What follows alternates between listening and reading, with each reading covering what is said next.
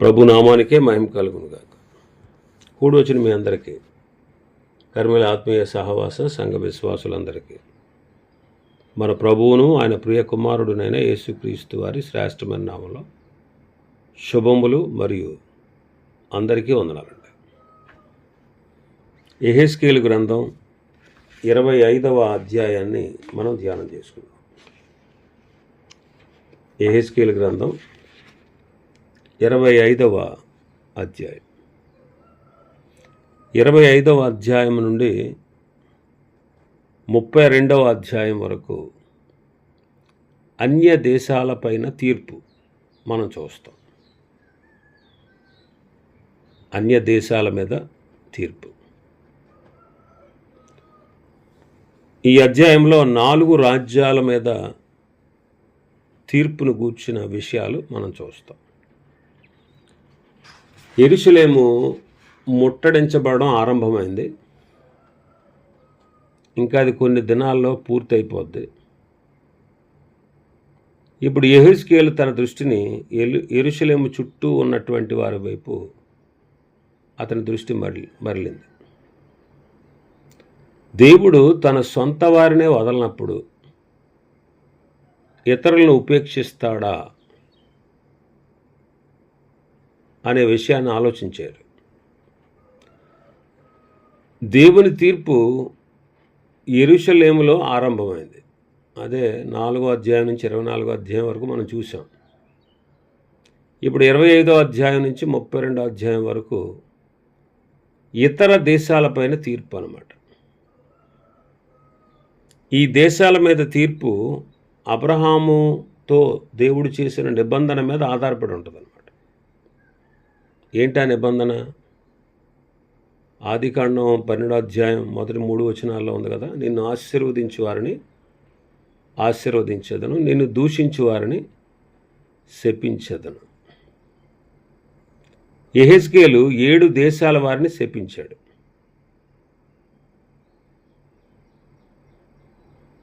ఇశ్రాయేలులకు తూర్పున ఉన్న 3 దేశాలు ఏంటంటే అమ్మోను, మోయాబు, ఎదోము. ఆ తర్వాత పశ్చిమాన ఒక దేశం ఫిలిస్తియా. ఆ తర్వాత ఉత్తరాన ఉన్నటువంటి 2 దేశాలు తూరు, సీదోను. మరియు నైరుతి దిక్కులో ఉన్నటువంటి ఐగుప్తు. కాబట్టి దేవుని తీర్పు యోధా నుండి నలుదిక్కులా వ్యాపిస్తుంది. ప్రతి తీర్పుకు కూడా కారణం ఇవ్వబడింది. ఆ తీర్పు వెలువడిన తర్వాత, అమలుపరిచిన తర్వాత నేనే యెహోవానై ఉన్నాను అనే విషయం వాళ్ళు తెలుసుకుంటారు. కాబట్టి మొదటి 7 వచనాల్లో అమ్మోను గురించి చదువుదాం ఒకసారి. మరి యెహోవా వాక్కు నాకు ప్రత్యక్షం ఎలాగో సెలవిచ్చాను, నరపుత్రుడా, అమ్మోనీయుల తట్టు ముఖం త్రిప్పుకొని వారిని గూర్చి ఈ మాట ప్రవచింపు. అమ్మోనీయులారా, ప్రభువైన యెహోవా మాట ఆలకించుడి. ప్రభువైన యెహోవా సెలవిచ్చినదేమనగా, నా పరిశుద్ధ స్థలము అపవిత్రపరచబడినప్పుడు, ఇశ్రాయేలు దేశం పాడు చేయబడిన కాలమున యోధా వారు చెరలోనికి పోయినప్పుడు మీరు సంతోషమని చెప్పుకొనుచు వచ్చితిరి గనుక నేను మిమ్మల్ని తూర్పు నుండి మనుషులకు స్వాస్థ్యముగా అప్పగించెదను. వారు తమ డేరాలను మీ దేశంలో వేసి మీ మధ్య కాపురం ఉందురు. వారు మీ పంటలు తిందురు, మీ పాలు త్రాగుదురు. నేను రబ్బా పట్టణమును ఒంటెలసాలగా చేసేదను, అమ్మోనీయుల దేశమును గొర్రెల దొడ్డిగా చేసేదను. అప్పుడు నేను యెహోవానై ఉన్నానని మీరు తెలుసుకొందురు.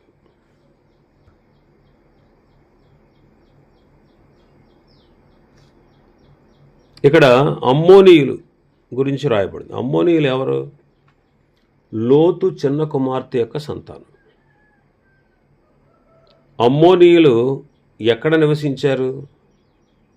ద్వితీయోపదేశకాండం 2వ అధ్యాయం 18వ వచనం నుంచి. అమ్మోనీయుల మార్గమున వెళ్ళినప్పుడు వారిని బాధింపవద్దు, వారితో యుద్ధము చేయవద్దు. ఎలాగనగా లోతు సంతానమునకు దానిని స్వాస్థ్యముగా ఇచ్చినందున అమ్మోనీయుల దేశంలో నీకు స్వాస్థ్యము ఇయ్యను.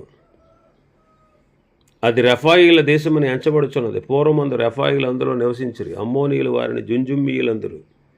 వారు అనాకీయుల వలె ఉన్నత దేహులు, బలవంతులైన బహుజనులు. అయితే యెహోవా అమ్మోనీయుల ఎదుట నుండి వారిని వెళ్ళగొట్టెను. గనుక అమ్మోనీయులు వారి దేశమును స్వాధీనపరుచుకొని వారి చోట నివసించిరి. అమ్మోనీయుల గురించి రాయబడింది ఇక్కడ. అమ్మోనీయులకు జుంజుమ్మీయుల మీద దేవుడు జయం ఇచ్చాడు. కాబట్టి వారు ఉన్నత దేహులైనా సరే దేవుడే వారిని వెళ్ళగొట్టేటువంటి బలాన్ని ఇచ్చాడు కనుక అమ్మోనీయులు వారి దేశాన్ని స్వాధీనపరుచుకున్నారు, ఆ చోట నివసించారు. వారు రూబేనీయులకు సమీపంగా ఉన్నారు. వారి కాపుదల అబ్రహామును బట్టి లోతును బట్టి అమ్మోనీయుల ఎడల దేవుడు ప్రేమ చూపి ఇశ్రాయేలులతో ఏమన్నాడంటే, అమ్మోనీయులను మీరు బాధించొద్దు, వారి దేశాన్ని మీకు స్వాస్థ్యంగా ఇవ్వను అని చెప్పాడు. అయినా సరే అమ్మోనీయులు ఇశ్రాయేలులకు శత్రువులుగా జీవించారు. ఆరంభం నుండి అమ్మోనీయులకు ఇశ్రాయేలు మీద ద్వేషం ఉంది కనుక ఇశ్రాయేలు మీదకి కొన్నిసార్లు యుద్ధానికి కూడా వచ్చారు వాళ్ళు. న్యాయాధిపతులు 3:13 చదివితే మోయాబీయులతో కలిసి యుద్ధానికి వచ్చారు. యెహోషాపాతు కాలంలో కూడా యెహోషాపాతు మీదకి యుద్ధానికి వచ్చారు. అష్షూరు రాజు తెగ్లత్పిలేసరు రూబేనీయులను చెరగొనిపోగా అమ్మోనీయులు ఆ దేశాన్ని ఆక్రమించుకున్నారు. వారు గిలాదులో ఉన్నటువంటి గర్భిణీ స్త్రీల యొక్క కడుపులు చీల్చారు. ఆమోసు గ్రంథం 1వ అధ్యాయం 13వ వచనం నుంచి చదివితే ఉంటుంది అన్నమాట. ఆమోసు గ్రంథం 1వ అధ్యాయం 13వ వచనం నుంచి. రబ్బా యొక్క యెహోవా సెలవిచ్చినదేమనగా, అమ్మోనీయులు 4 సార్లు చేసిన దోషం బట్టి నేను తప్పకుండా వారిని శిక్షింతును. ఎలాగనగా తమ సరిహద్దులను మలి విశాలము చేయదలిచి గిలాదులోని గర్భిణీ స్త్రీల కడుపులు చీల్చిరి.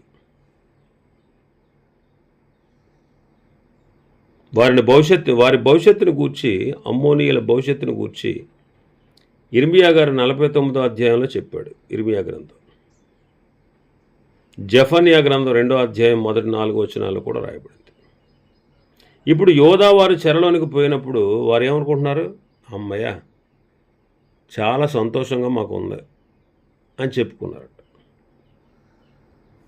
చాలా సంతోషం.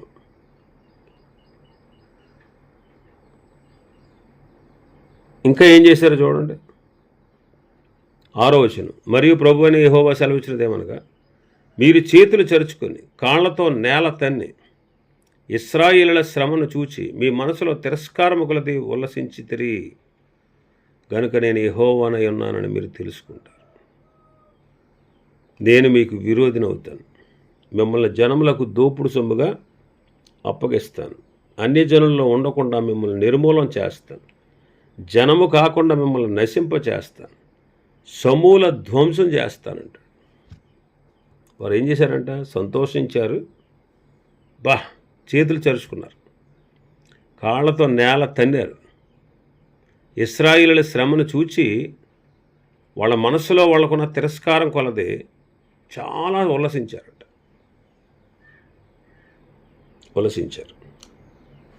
వారి మనసులో ఎప్పటి నుంచో ఉందో తిరస్కారం. కాబట్టి అమ్మోనీయులను సమూల ధ్వంసము నాశనం చేస్తానని చెప్తున్నారు. ఇర్మియా అయితే వారికి మరలా విడుదల కలదు అని చెప్పాడు 49వ అధ్యాయం ఇర్మియా గ్రంథం 49:6లో. కానీ యెహెజ్కేలు అది కూడా లేదని చెప్పాడు. జెఫన్యా అయితే సొదొమ గొమొర్రా వలె మీరు అయిపోతారని చెప్పాడు. ఇతరులు నాశనమైతే ఆనందించడం అనేది, ముఖ్యంగా దేవుని ప్రజలకు సంభవించినటువంటి విపత్తును చూసి సంతోషిస్తూ ఆనందించడం అనేది అపకార బుద్ధిని చూపిస్తూ ఉంది. కాబట్టి వారికి కఠిన శిక్ష అన్నాడు. అందుకే వాక్యంలో కూడా ఉంది, నీ శత్రువు పడినప్పుడు నువ్వు సంతోషించొద్దు అంటాడు. కాబట్టి ఇతరులకు కలిగినటువంటి అపకారాన్ని చూసి, నష్టాన్ని చూసి, వారికి కలిగినటువంటి కష్టము, నష్టము, వేదన చూసి మనం ఎప్పుడు సంతోషించుకోవాలి. కొంతమంది చూడండి, శత్రువులకు ఏదైనా జరిగితే స్వీట్లు పంచుతారు.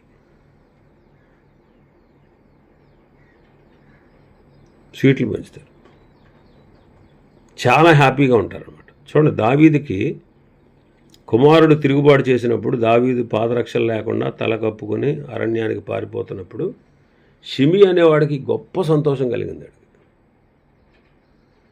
షిమి అనేవాడికి అసలు ఎక్కడ లేని ఆనందం వచ్చేసింది. వాడు ఎప్పటి నుంచో చూస్తున్నాడు అనమాట దావీదు నాశనం కొరకు. దావీదు మీద ద్వేషాన్ని పెంచుకున్నాను అన్నాడు. దావీదుకు వచ్చినటువంటి దుర్గతి చూసి వాడు సంతోషించి వాడి సంతోషాన్ని, వాడి తిరస్కారాన్ని, వాడి మనసులో ఉన్నటువంటి ద్వేషాన్ని అంతటిని వెళ్ళగక్కాడు. రాళ్ళు రువ్వి దుమ్మెత్తిపోసి దూషించి వాడి ఉద్దేశం ఏంటంటే ఇక దావీదు రాజు అవడం అయిపోయింది పని అని చెప్పి అలా ప్రవర్తించాడు వాడు. ఆ తర్వాత వాడు సొలొమోను చేత చంపబడతాడు. తర్వాత మోయాబు, మన భాగంలోకి వస్తే మోయాబు 8వ వచనం నుంచి 11వ వచనం వరకు. మరియు ప్రభువైన యెహోవా మాట సెలవిచ్చున్నాడు, ఇతర జనులన్నిటికీ యోధా వారికి భేదమేమని మోయాబీలు శేయీరు పట్టణం వాసులు అందరూ కదా. మోయాబీలు ఏమంటున్నారంట, ఇతర జనులకి యోధా వారికి భేదమే ఉందా, ఇతర జనులు నాశనం అయ్యేట్టు వీళ్ళు కూడా నాశనం అయ్యారు కదా, వాళ్ళ పెద్ద గొప్పోడా ఏంటి, వాళ్ళ దేవుడు పెద్ద గొప్పోడా ఏంటి అన్నట్టుగా మాట్లాడారు వాళ్ళు. ఎవరు? మోయాబీలు. 9వ వచనం, తూర్పునున్న వారిని రప్పించి దేశమునకు భూషణముగా ఉన్న పొలిమేర పురములకు బేత్యసీమోతును, బయల్మయోతును, కిరియతాయిమును, మోయాబీల సరిహద్దులలోగానున్న పట్టణములన్నిటినీ, అమ్మోనీయులను అందరినీ వారికి స్వాస్థ్యంగా అప్పగింతును. జనములలో అమ్మోనీయులు ఇకను జ్ఞాపకమునకు రారు. నేనే యెహోవానై ఉన్నానని మోయాబీలు తెలుసుకున్నట్లు నేను ఇలాగ వారిని శిక్షింతును. దేవుడు మోయాబీలను ప్రేమించి 6 దేశాన్ని స్వాస్థ్యంగా ఇచ్చాడు. ద్వితీయోపదేశకాండంలో మనం చదువుతాం మాట. 2వ అధ్యాయం 9వ వచనం. 2వ అధ్యాయం 9వ వచనం. మనము తిరిగి మోయాబు అరణ్య మార్గంలో ప్రయాణం చేయుచుండగా యెహోవా నాతో ఇట్లనెను, మోయాబీయులను బాధింపవద్దు, వారితో యుద్ధము చేయవద్దు. లోతు సంతానమునకు 6 దేశమును స్వాస్థ్యముగా ఇచ్చితిని, వారి భూమిలో ఏది కూడా నీకు స్వాస్థ్యముగా ఇయ్యను. పూర్వకాలమున ఏమీయులని వారు 6 దేశంలో నివసించరు. వారు అనాకీల వలె ఉన్నత దేహులు, బలవంతులైన బహుజనులు. వారును అనాకీల వలె రఫాయిలుగా ఎంచబడరు. మోయాబీలు వారికి ఏమీయులని పేరు పెట్టరు. దేవుడు మోయాబీయులను బాధించొద్దు, వారితో యుద్ధం చేయొద్దు, లోతు సంతానానికి ఆ దేశాన్ని స్వాస్థ్యంగా ఇచ్చాను, వారి భూమిలో ఏది కూడా నీకు స్వాస్థ్యంగా ఇవ్వను అని చెప్పారు. ఇశ్రాయేలు కూడా ప్రయాణం చేయుచు ఉండగా మోషే ద్వారా దేవుడు తెలియపరిచాడు, మోయాబీయులను బాధించొద్దు, వారితో యుద్ధం చేయొద్దు. మోయాబీల దేశం 60 మైళ్ళ పొడవు, 30 మైళ్ళ వెడల్పు ఉండేది. మరి ఇన్ని ఉపకారాలు చేసిన మోయాబీయులు ఇశ్రాయేలును శపించుటకు బిలామును పిలిపించారు. బిలాము శపించడానికి వచ్చినప్పుడు దేవుడు ఆ శాపాన్ని ఆశీర్వాదకరంగా చేశాడు. వారిని శపించుటకు బిలామును పిలిపించిన కారణాన్ని బట్టి మోయాబీయులతో 10వ తరం వారైనా సరే యెహోవా సమాజంలో చేరకూడదని చెప్పాడు. మోయాబీయులు ఇశ్రాయేలు వారి మీదకి యుద్ధానికి కూడా వచ్చారు కొన్నిసార్లు. మోయాబును గూర్చి యెషయా 15-16 అధ్యాయాల్లో, ఇర్మియా గ్రంథం 48లో, ఆమోసు గ్రంథం 2వ అధ్యాయం మొదటి 3 వచనాల్లో, జెఫన్యా గ్రంథం 2వ అధ్యాయం 8-11 వచనాల్లో మనం చూడవచ్చు. మోయాబు కూడా అశ్షూరీయులు రూబేనీయులను చెరదీసుకుని పోయినప్పుడు రూబేనులో ఉన్నటువంటి స్వాస్థ్యాన్ని వారు బాగా ఆక్రమించుకున్నారు. బబులోను రాజు యోధావారిని ఓడించడం చూసి, ఇతర జనులకి యోధావారికి భేదమేంటి, యోధావారి దేవుడు బలహీనుడు అని ఈ మోయాబు వాళ్ళు అనుకున్నారు. కాబట్టి తూర్పున ఉన్నవారిని రప్పించి మోయాబుకు భూషణంగా ఉన్న పట్టణాలన్నిటిని అప్పగిస్తానని చెప్పాడు.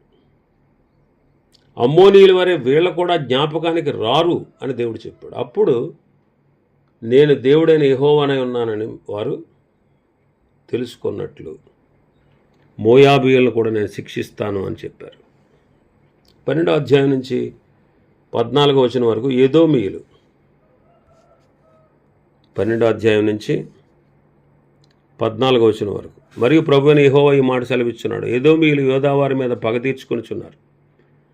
తీర్చుకొనుటలో వారు బహుగా దోషలేరు కనుక ప్రభువైన యెహోవా సెలవిచ్చినది ఏమనగా, ఎదోము మీద నా చేయి చాపి మనుషులేమి పశువులేమి దానిలో ఉండకుండా నేను సమస్తము నిర్మూలన చేయదు. తేమాను పట్టణం మొదలుకొని నేను దాన్ని పాడు చేయదు. దదాను వరకు జనులందరూ ఖడ్గము చేత కూలుదురు. నా జనులైన ఇశ్రాయేలుల చేత ఎదోము వారి మీద నా పగ తీర్చుకుందును. ఎదోమీయుల విషయమే నా కోపమును బట్టి నా రౌద్రం బట్టి నేను ఆలోచించిన దాన్ని వారు నెరవేర్చుదురు. ఎదోమీయులు నా క్రోధము తెలుసుకుందురు. ఇదే యెహోవా వాక్కు. ఎదోమీయుల గురించి 35వ అధ్యాయంలో మనం ఇంకా విపులంగా చూడవచ్చు. ఓబద్య గ్రంథాన్ని చదివితే ఎదోమీయులను గురించి విశేషంగా రాయబడింది. ఎదోము మృత సముద్రానికి దక్షిణమున అఖాబా అగాధమున ఉత్తరాన ఉంది. యాషావు దినముల నుండి కూడా ఎదోమీయులకు ఇశ్రాయేలు మీద ద్వేషం ఉంది. దావీదు ఎదోమీయులను దాదాపుగా అణగొట్టాడు. కానీ అప్పుడప్పుడు వారు తిరుగుబాటు చేయుచుండడం వల్ల వారిని లొంగదీయవలసి వచ్చింది. ఎదోమీయులు ఎప్పుడు కూడా ఇశ్రాయేలును ప్రేమించిన వాళ్ళు కాదు.